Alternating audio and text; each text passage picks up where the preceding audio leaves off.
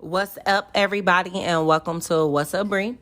My name is Brianna Ross, and I'm coming to you all the way from Milwaukee, Wisconsin. I am 28 years of age, and this is my podcast. What made me start a podcast is I feel like a lot of my friends and family come to me for advice, to vent, to talk about anything. And then if you follow me on Instagram at name what's WHATSSSUP_BRI, you will kind of see if you follow me that I have a lot to say. Depending on what the topic is, whether it's relationships, friendships, Black Lives Matter, whatever's going on in social media, I definitely have my opinion and I put my input on things. So I decided to start a podcast. Specifically, my first episode is going to be based off of, can you find success in America working a 9-to-5 or becoming an entrepreneur? So we are calling this the American Dream.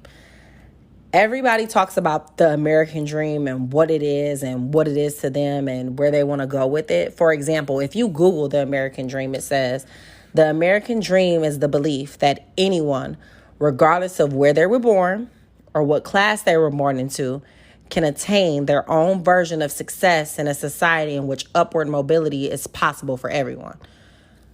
When you read that, you kind of second guess it because it's like, okay, there's lower class, middle class, upper class. So if you're born into lower class or middle class, are you stuck there? How do you get out of that and go to this upper class level of your life? So the reason why I wanted to talk about this is because especially with the millennials, you want to figure out how to get to success. If you're on Instagram or Facebook or Snapchat or Twitter, you see people at the age of 21, 22, 23, they're buying houses, they're cashing out on their dream cars, and you're wondering to yourself, if you are a little bit older than that and you're not quite there yet, how did they get there? Am I doing something wrong? Am I not taking the right path? What's the difference between them and me? I'm putting in the work. I'm not seeing the same results. They're in business for themselves. I'm working for somebody else, or maybe it's the opposite way around. It all depends on what you feel, how you feel, and what path you decided to take. For example, I've been conditioned my whole life to go to school, get an education, get a job, go into your career. I've always had a job since the age of 16. I've started in retail, worked my way up to banking, and kind of going into operations and then customer service. I've always felt as long as I worked, clocked in and out, I knew how much I was making. As long as I put the hours in, the money was there. Most recently, with my previous job, I was on a commission basis. So if I knew how to talk to people, if I knew the right things to say, I would make the money. I was able to obtain the lifestyle that I wanted to have, living in a downtown apartment, driving a nice car, being able to cash out with my friends if I wanted a designer, popping bottles, whatever. That's what Instagram shows you. If you're successful in life, you have a nice car. You're living in a nice area. You have jewelry. You're able to kick it with your friends. A lot of people aren't able to do that. Happiness is never equal to how much money you have. Some of the richest people have you seen will have mental issues, battling depression. Happiness is pretty much what you make it. So what we're trying to figure out with this podcast is, how can you obtain that? It's been a big discussion as far as people saying they won't date people who work jobs. Some people are preferring to date entrepreneurs. It's also a big discussion on, should you work for somebody else? Why are you working for $1 million or $1 billion company, getting them rich, and you're just sitting there? I've been on both ends of the sticks, especially now becoming an entrepreneur and starting a business for myself and wanting to achieve successfulness, so to say, outside of working a regular 9-to-5. That's all I've known. That's all I've done. That's what's easy for me. When you step outside of your comfort zone and you do things a little bit differently, it can be a little bit scary. It can also be a little bit more uncomfortable. But that means you may possibly going into something greater.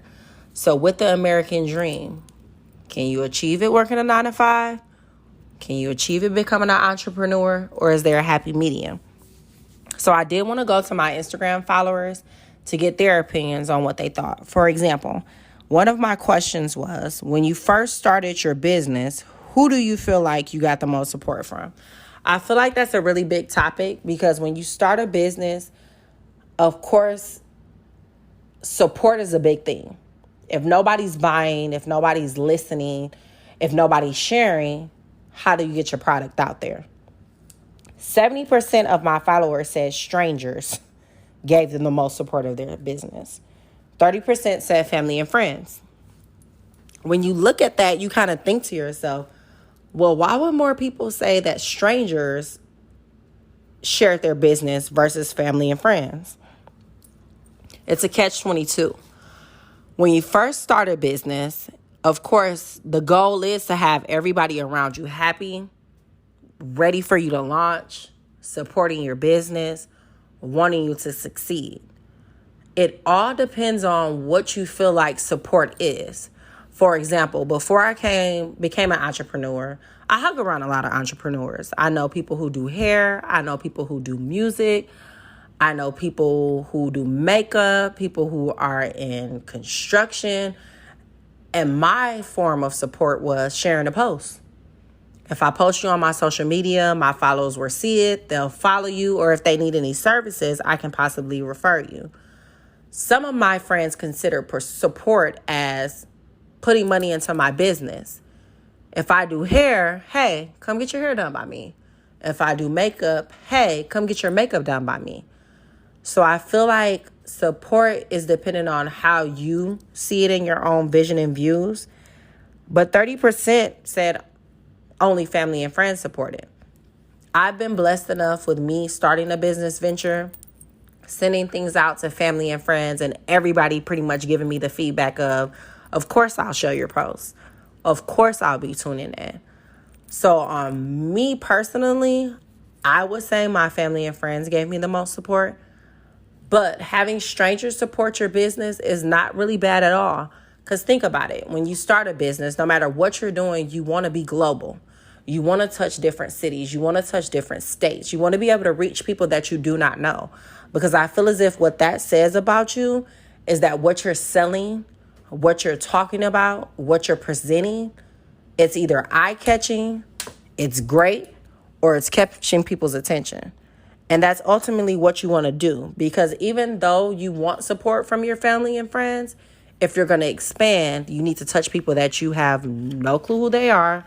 They have no clue who you are. But whatever it is that you got, they want a piece of it. So that was the first question that I asked. The second thing that I dipped into when you first knew you wanted to be an entrepreneur. So when you first got that idea or that feeling that, hey, I feel like this may be a good idea. Did you jump right in or did you take some time? 52% of my followers said they took a leap of faith. 48% said I built up the courage. I am a part of the 48% that said they built up the courage to start their business because I was always afraid of what if this does not go right? What if nobody supports me? What if I run into any and every possible issue? How am I going to overcome that? And I also was that girl who, hey, I've had a job since I was 16. I was used to and conditioned and comfortable with working. I didn't know how to go into business for myself. I didn't know how to believe in what I was either selling or presenting. And I feel like that's a big thing with being an entrepreneur. If you don't believe in yourself, how do you expect somebody else to believe in it? You're not even confident in what you're selling or presenting or showing off. If you're half-assing it, what do you expect me to tune into it for? So I was definitely a part of the 48%.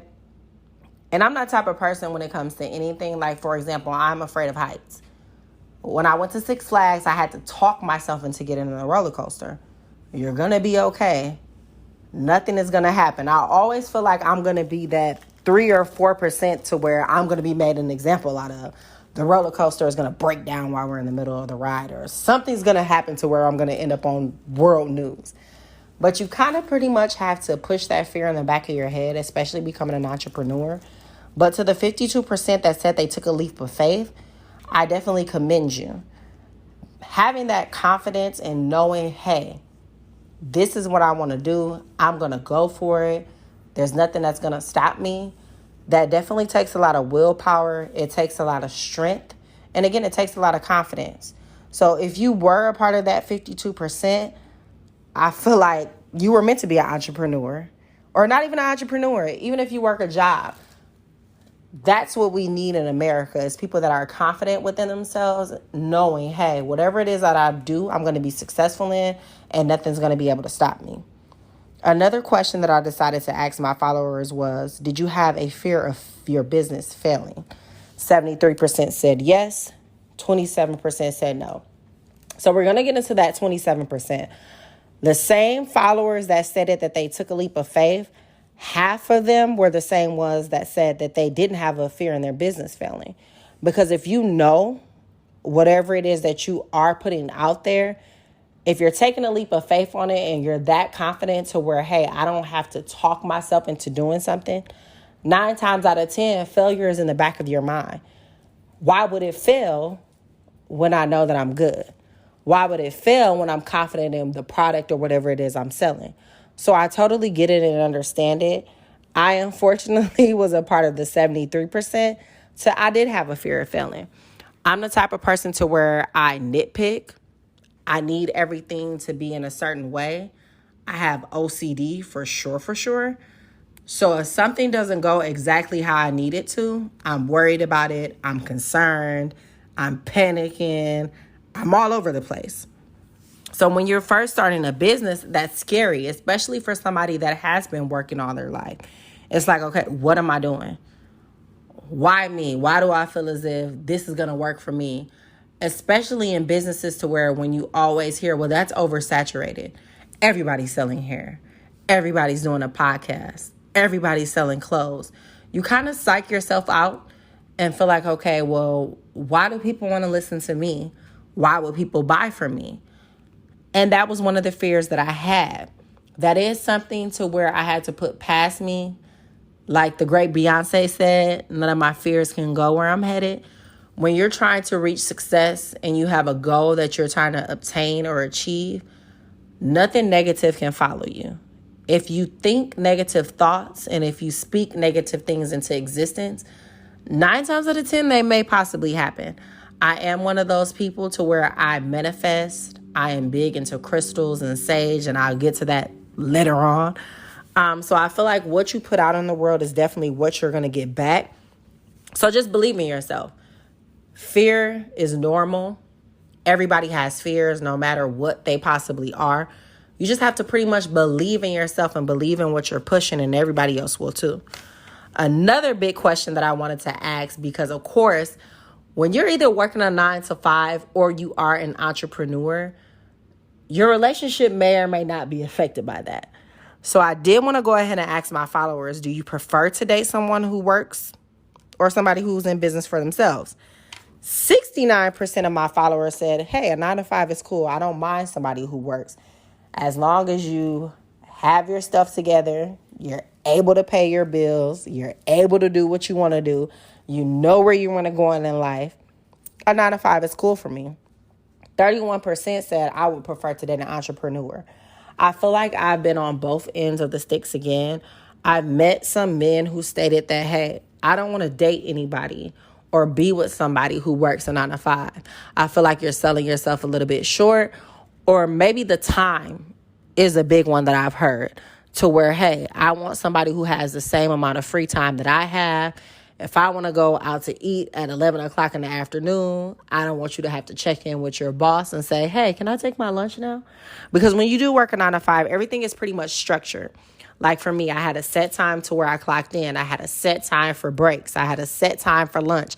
And I clocked out that at the same time every day. So if anything deferred me from clocking in and out on those times, I may get questioned. I may get called, hey, where are you? Is everything okay? Are you running behind? And that can be a little bit stressful, especially when you have a lot of other stuff going on. Somebody reaching out to you and saying this, that, and the third is kind of like flying over your head. Like, okay, yeah, I'm fine, but, ran a little late, or I'm a little bit sick today. It's a little bit different. And I can understand where everybody is coming from. Me personally, I don't mind dealing with somebody that works a 9 to 5, because it's like, if you have goals and dreams, as long as you know what you're doing, I'm totally fine with that. And to be honest, if nobody's working, who's going to help the businesses run? Not everybody is meant to be a boss. Not everybody is meant to be an entrepreneur. Not everybody has the same fight in them to be able to get up every day and say, hey, I'm going to run my own business. This is what I'm going to do. Because again, a boss is somebody that's considered to be able to have everybody around them, or majority of people around them, being able to eat, get money, or do something in some kind of way. If you are the only rich person in your group, you're not a boss. How do you feel about it? So I want to end this podcast off with a quote. Just remember, the people that say your dreams are impossible have already quit on theirs. And that's from Grant Cardone. I feel like that speaks volumes, especially when you're talking about the American dream, trying to reach success, trying to obtain your goals. I've noticed myself, when you tell people what you're trying to do, or things that you want to achieve in life, or how you see yourself in 5 years, 10 years, 15 years, even 20 years, sometimes people can put a damper on that. They feel as if what you're thinking is unattainable. You're reaching for the stars. Like the old saying goes, the sky is the limit. Whatever you set your mind to, you're able to achieve. Whatever you put the work into, you're going to receive that back. Never let anybody put a damper on you. We don't speak negative thoughts. We don't think anything is going to fail. Whether you're working a 9 to 5, 2 9 to 5s, or if you're one of those type of people to where you're holding down 3 jobs. Or if you're one of those people that has that determination to where, hey, I'm going to be in business for myself. I know how to sell. I know how to promote. I know how to brand myself. Whichever way you can get to wherever you're trying to go, I commend you. I support you. And you're going to reach whatever goal and dream that you have available. Never let anybody steer you wrong. Never get off track. If you don't put the work in, you won't get the results. And it's as simple as that. So I thank you guys for letting me borrow your ears. I appreciate you for listening. I'll be back really, really soon, and I hope to see you again. And we'll have more to talk about on What's Up, Bree? Hey, what's up, Bree? You guys stay blessed.